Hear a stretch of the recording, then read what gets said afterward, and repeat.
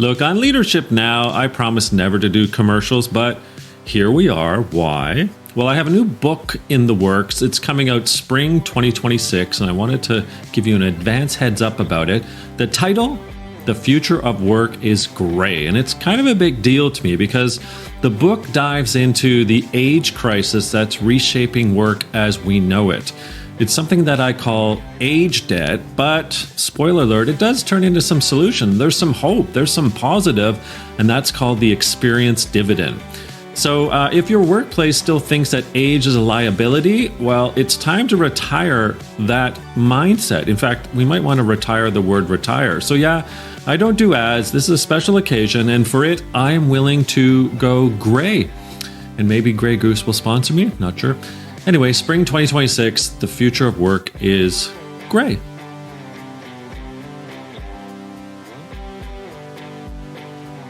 Hey everyone, welcome to another episode of Leadership Now with me, Dan Pontefract, in the house today. Maureen Wiley Clough. Maureen, welcome. A short bio, and then let's get into why someone called you a dinosaur. Good God. Maureen is a seasoned technology professional, consultant, and the host of It Gets Late Early, a podcast and community dedicated to addressing ageism, not just in the tech industry, but in the workplace. Her journey into advocacy began when at 37, yes, a younger colleague actually coined her and called her a dinosaur, which prompted her to recognize the scarcity of individuals over 40 in the workplace.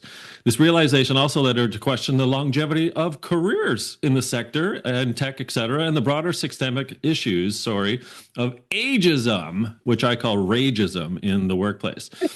Maureen launched conversations and conducted research to understand the roots of workplace ageism, aiming to foster a more inclusive and equitable work environment for employees of all ages. Through her podcast, she amplifies the voices of experienced workers, shares expert insights, and explores tangible solutions to help professionals navigate and thrive in various industries that often prize youth over experience.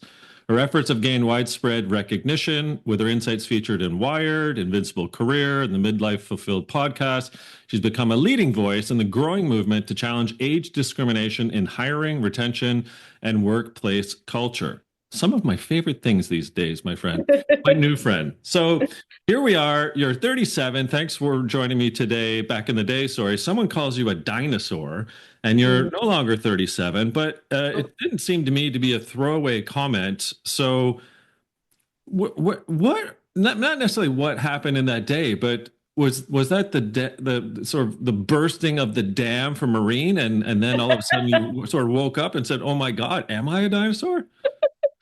Well, I mean, first of all, this guy was my friend and he was making a joke, right? Like I Right. couldn't figure out how to put a GIF in Slack and he's like, you dino.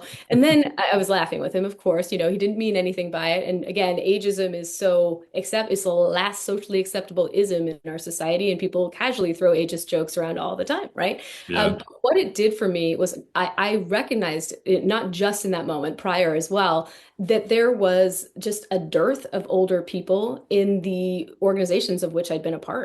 And when I started thinking about this more seriously, I realized it wasn't just at that small venture-backed startup that I was a part of at that moment when I was called a dino. It was actually across my entire career. And I recognized even at market-leading organizations of which I'd been a part, this was a thing. Like Hmm. I noticed that there were very few older people. And I started thinking like, what happens to them? Do they just like disappear? I mean, we're all getting older every day, right? Like that's like the whole point of living, right? And I recognized that there was also a dearth of people across the organization of the older ages, right? Over 40 and beyond, if you will.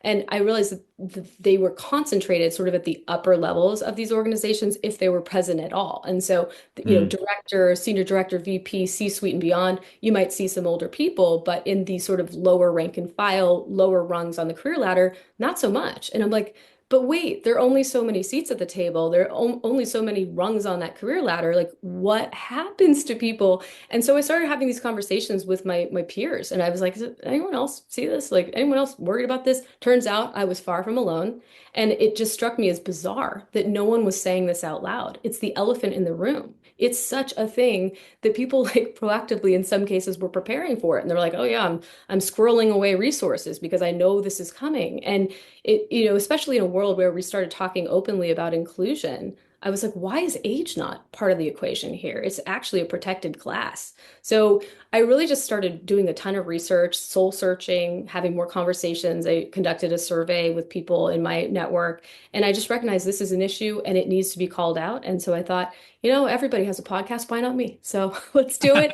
Let's get it out there and have this conversation in the open and hopefully make it better for not only the employees who want and need work, but also their employers. Because like any other form of, inclusion, it's going to create better business outcomes. That is studied fact, right? We know this. And so why leave more shareholder value creation on the table, right? Like let's Yeah. get this conversation started. So that's why I did it.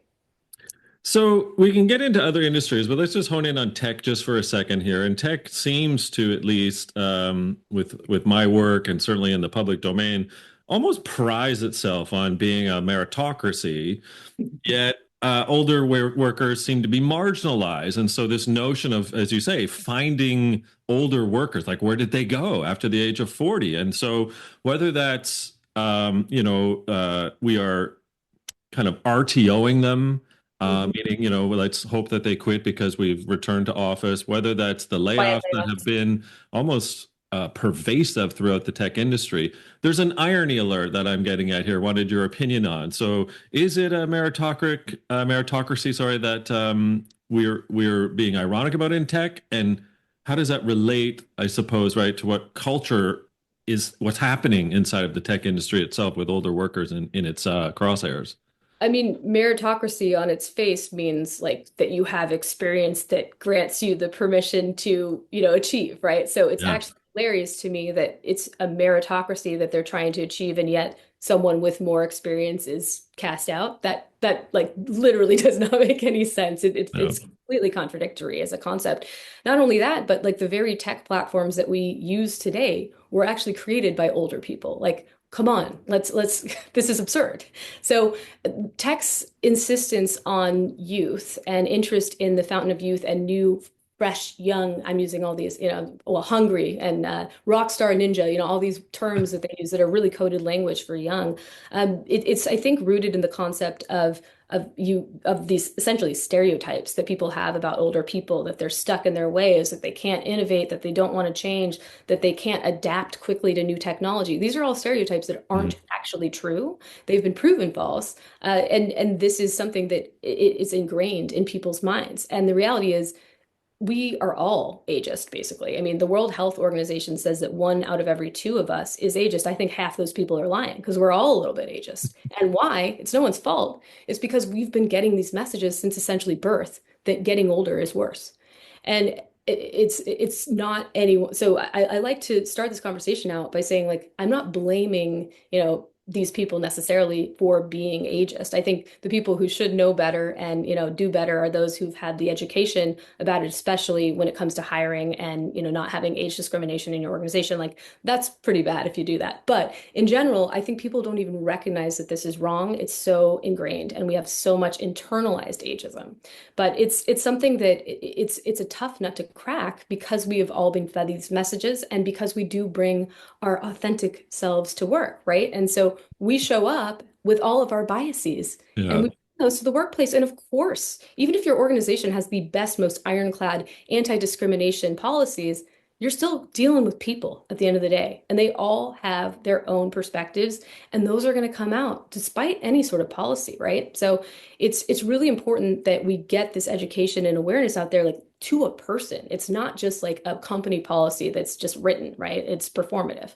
So I mean, there's so many things that we're going to have to do to overcome this, but I think it really, really starts with just spreading awareness about this issue. And I think the way that you get companies to wake up and give a damn about it is to show them how they would make more money if they actually do the right thing. They're not going to do it because it's the right thing. We know that. Mhm.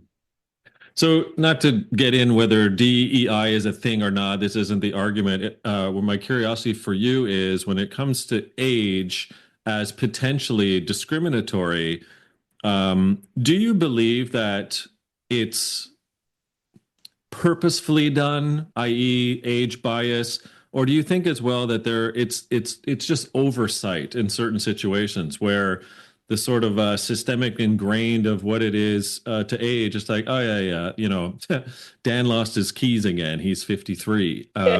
Can't do a Where PDF. Yeah, Yeah, exactly. exactly. So, where do you sit on sort of the health of the organization and, in fact, leaders and culture and the values in which we're at in our workplace? Is age overlooked? Is it purposeful? Is it somewhere in between? Is it both? I'm just curious what you think culturally where we're at in the organization specifically. I think it really does depend on each particular organization. Some for sure, just Yeah. abject bias, like discriminatory. I mean, Peter Thiel says not to hire people over the age of 30. Keith Yeah. Rabois went to an event in New York City a couple months back in 2024, and he said out loud to a room full of aspiring founders that the best advice he ever received was from Peter Thiel, not to hire people over 30. So that's like, as soon as you hit 40, that's actually discrimination, right? You're Yeah. not allowed to discriminate against people on the basis of age once they hit that protected class of 40. So maybe he was thinking like, oh, between 30, like Yeah. I'm in the safe zone. But this is how ingrained this is in our society that people with that sort of stature and that mic and platform would get up and say something like that. That's just like absolutely illegal. It's Yeah. crazy. And so, yeah, I think some people absolutely do know better and they don't care because they know they're going to get away with it. Age discrimination is notoriously hard to prove. It's Mhm. extremely difficult. And we can get into that a little later if you like. But so some organizations for sure, it's a deliberate thing. Others, I think it's just those stereotypes, right, that are subliminally messaged to us for, and sometimes very overtly so, throughout our whole lives. And that creeps into the hiring process. I don't think everybody's doing this maliciously. I think they just don't know better. And Right. until they see a lot of examples of it not being true, these stereotypes, right? Like it's probably going to continue. Not only that, when you have people in these organizations hiring, oftentimes what we do is we hire people like us. We have this sort of homogenous workforce that builds because we're looking for a quote culture fit. I hate the term culture fit. I want it eradicated. I think it should be culture add, period, full stop. Culture fit, more people like us. And so people, I mean, I've seen this play out in organizations of which I've been a part where you've been looking at candidates and there's someone with far more experience who has the insights and the network that we need. And I remember distinctly, I didn't even think about the ageism aspect of it when I was going through it, but I was like, dude, this is the guy we need to hire. And who did we go with? We went with the Same. guy who want to get a beer with after work, who was Right. more our age, all of that stuff. And this other guy was left thinking, why didn't I get the, I remember talking to him after the fact, and I was like, I don't know, you should have gotten that job. Like I was pushing super hard for him to get it. And I think, later I've realized it was probably a little bit of ageism too. Hmm. So some do it on purpose, some don't. And it really comes back to education. And unfortunately, I think you're always going to have some organizations out there that will sometimes openly practice ageism. But then there are others that, think they're doing the right thing and don't have an understanding that they're not by, for example, putting a graduation date that is locked on your application. You can't have graduated before, say, like 1990 or something. I've seen that. And sometimes they'll say, when they're called out about it, that it was a coding error or a mistake or whatever. But it happens enough. I mean, my audience feeds me all these stories about seeing it out in the wild. It can't be an accident everywhere. Mhm. Some of them are doing it on purpose.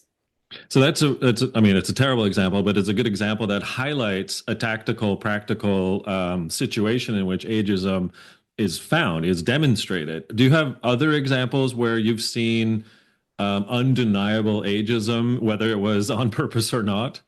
Yeah, I had a guest actually who finally her her options vested. She was able to exit and all that, and she was finally able to speak freely about what had happened to her. I mean, she was outperforming all of her goals. She'd been given additional stock grants. I mean, who gets additional stock grants? Like Right.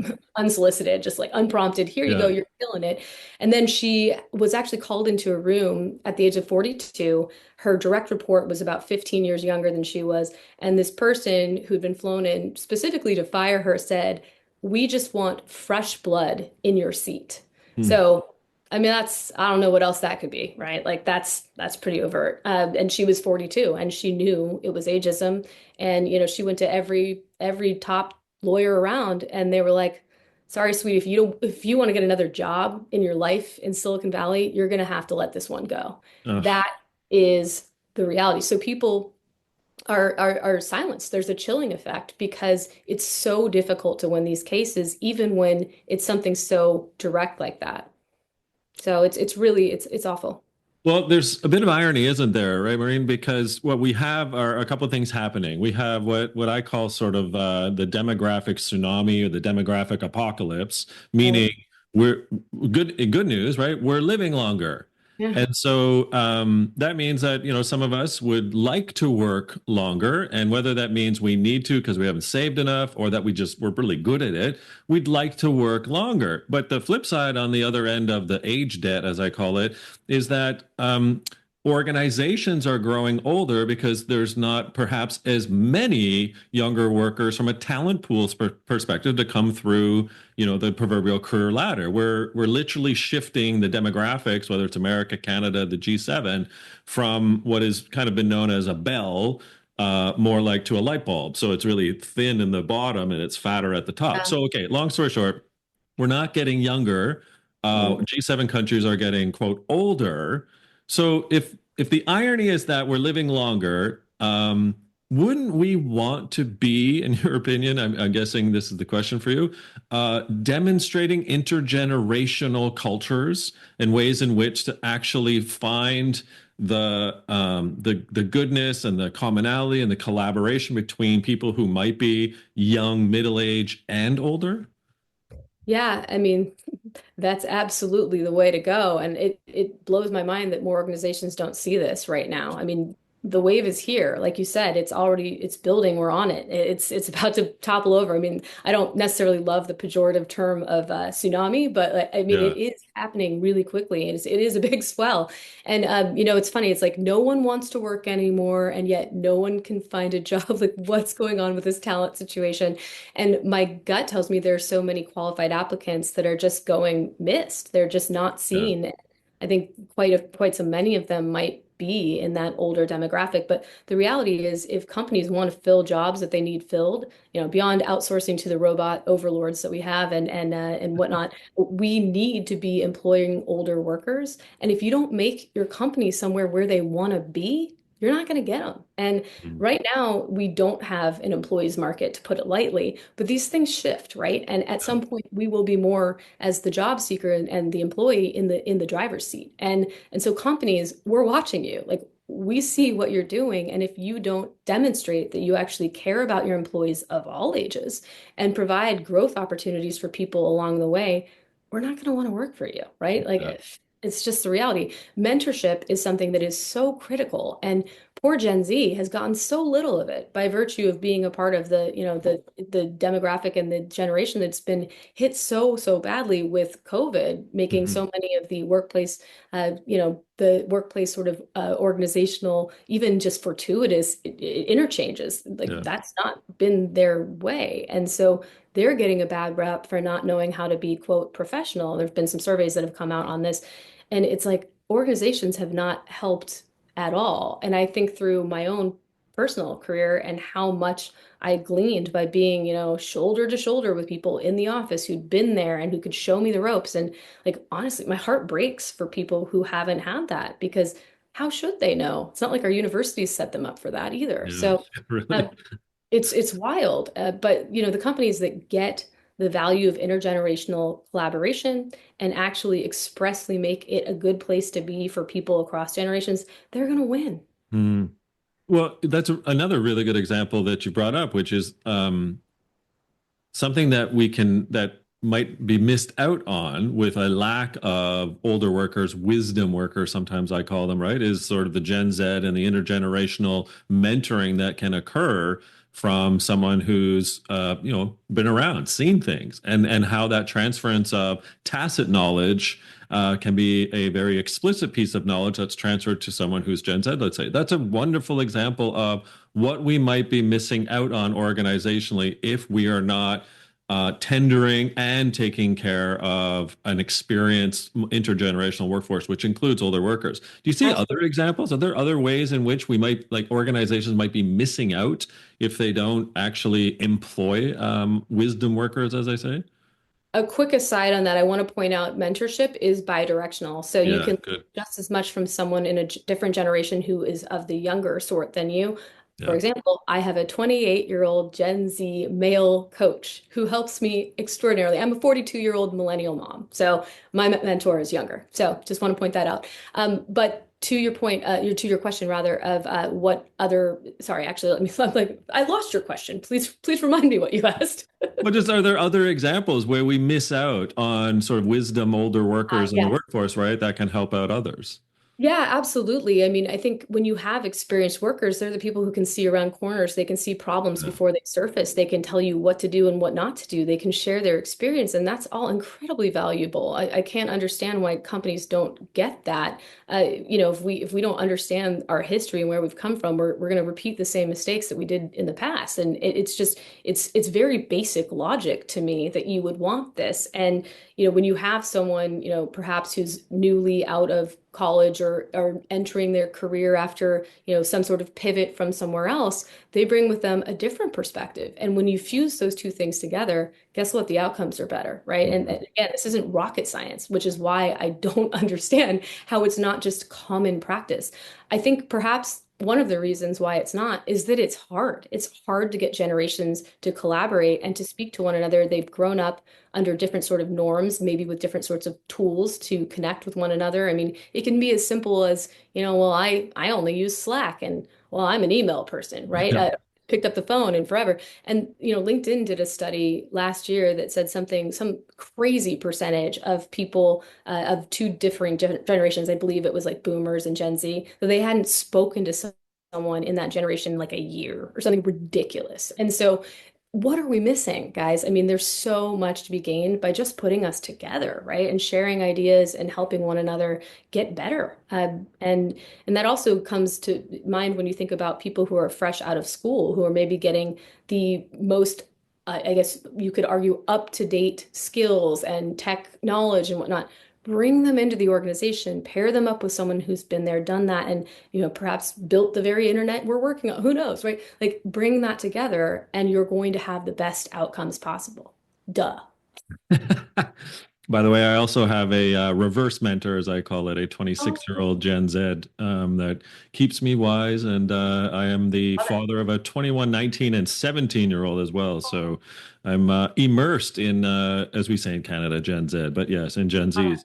One of the things I wanted to get at as well with you and your expertise is sort of a crystal ball a little bit. So what do you think happens if we're not actually applying behavioral, cultural leadership changes to how we think about age and older workers in a workforce? Like when we're 3 and 5 years out, it's to your point when the tech overlords are AIing us to the point where we don't even realize what's happening in 5 years' time. Kidding aside, what's the crystal ball tell you if we're not making tangible difference now to rethink how we should be operating within an intergenerational culture set? Well, if we're not figuring this out, I think we're going to see a lot more. And I think actually, regardless of what happens in terms of organizations shifting their mindsets and employing sort of tactics to pull people in of all generations, regardless of that, we are going to see a heck of a lot more entrepreneurs over the age of 40 flooding the market, Ah, creating their own things from hanging a shingle as a consultant and taking their expertise and bringing it into other organizations and sort of more of a gig fractional economy type approach. We're going to see a lot of that because necessity is the mother of invention, right? And yeah. so when people can't find or keep a job over 40, what are they going to do? They still have to feed themselves. They're going to take their experience and they're going to create something out of it. So I think, as you've seen with other downturns, there are going to be a glut of entrepreneurs. There are going to be new businesses that are started out of this. Some of them will be because there's no other choice. Some of them will be because someone has finally realized, oh, corporate isn't all there is for me. I want to do something else, and they're going to be emboldened to do that. It might be a Mm. job loss that pushes them there. It might be them, taking the agency to do it, or also doing it on the side, which I believe is the wisest thing that anybody employed can do is to have sort of, and I despise the term side hustle. I think we're all hustling enough as it is, but to have something that's yours that is separate from your organization. Because we all know now that corporate isn't what it used to be. We don't get a 30-year career at one organization with a gold watch at the end of the day. That does not happen anymore. It sounds great. I kind of wish we could, right? The Mm. stability sounds beautiful, but it's just not there. So, regardless of what happens at these organizations, we're going to see more entrepreneurs and solopreneurs consultants, so on and so forth, that's going to happen. And I think, there's a lot of beauty in that. I'm a little bit excited about it, but there's also the sadness of it's in large part, I think, because organizations don't continue to value people as they get older, which is odd. And I'll give you an anecdote about this. I used to get job solicitations all the time. Like recruiters would reach out to me constantly. The moment I hit 40, nope, off a cliff. And certainly correlated with that is it was not a great job market when I turned 40, but nothing explains it.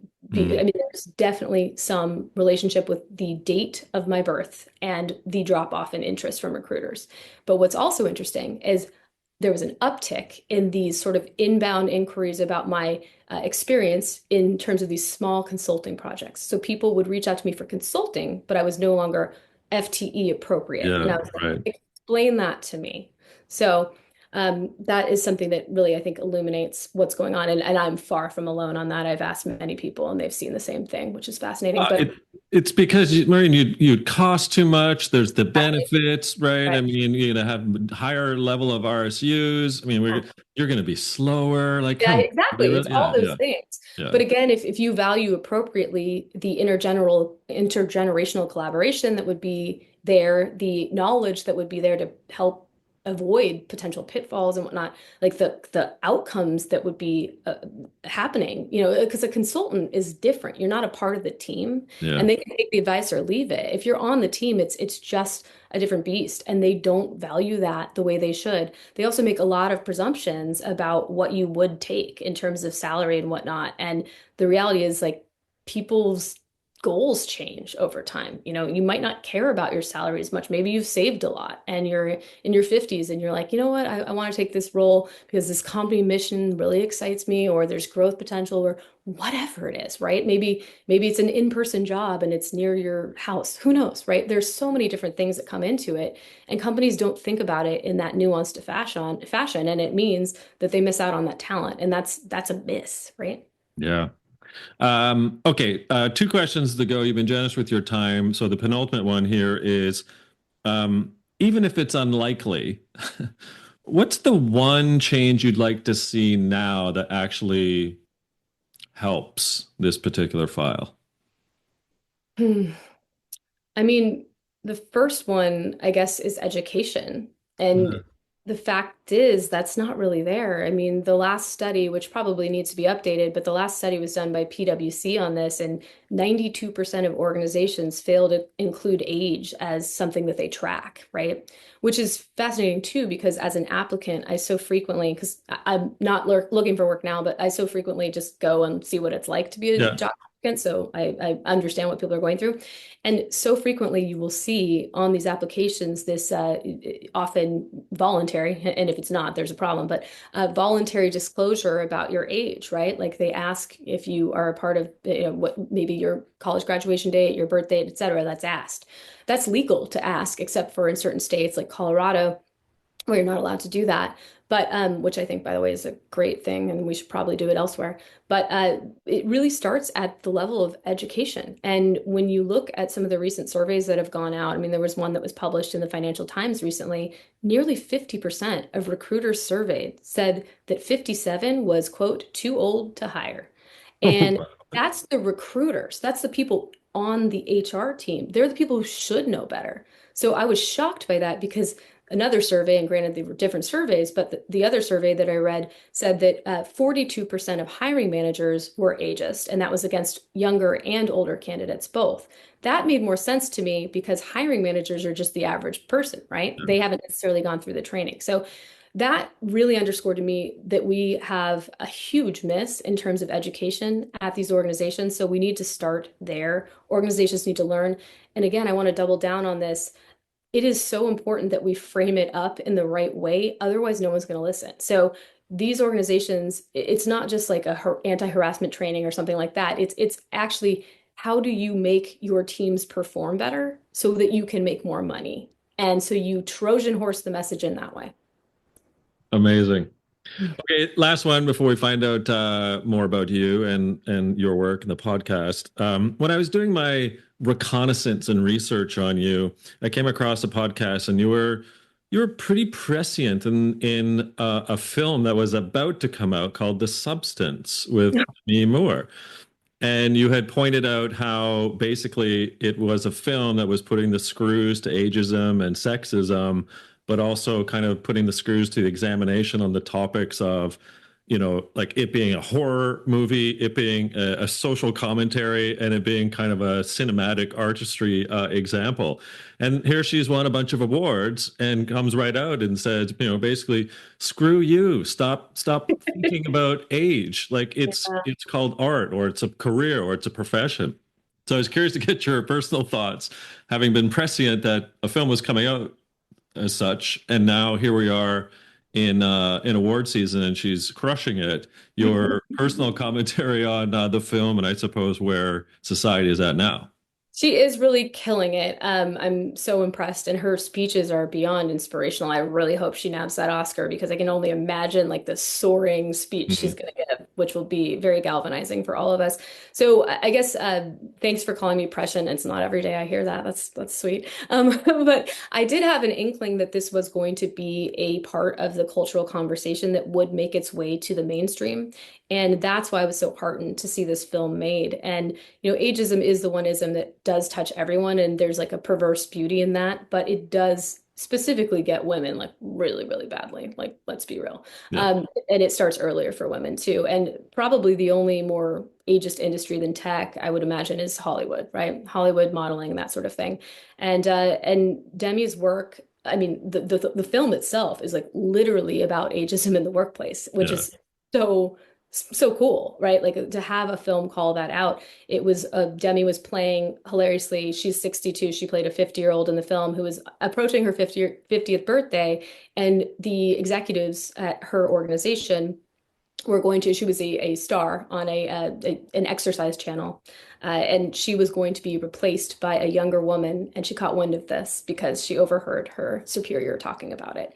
And so it's all about her struggle in light of that information and the lengths to which she was really willing to go to keep her job and to keep that youthful appearance. And I mean, horror doesn't even begin to cover it like that. Yeah. Man, I mean, if you haven't seen it, it's hard to watch, but Yes, it is.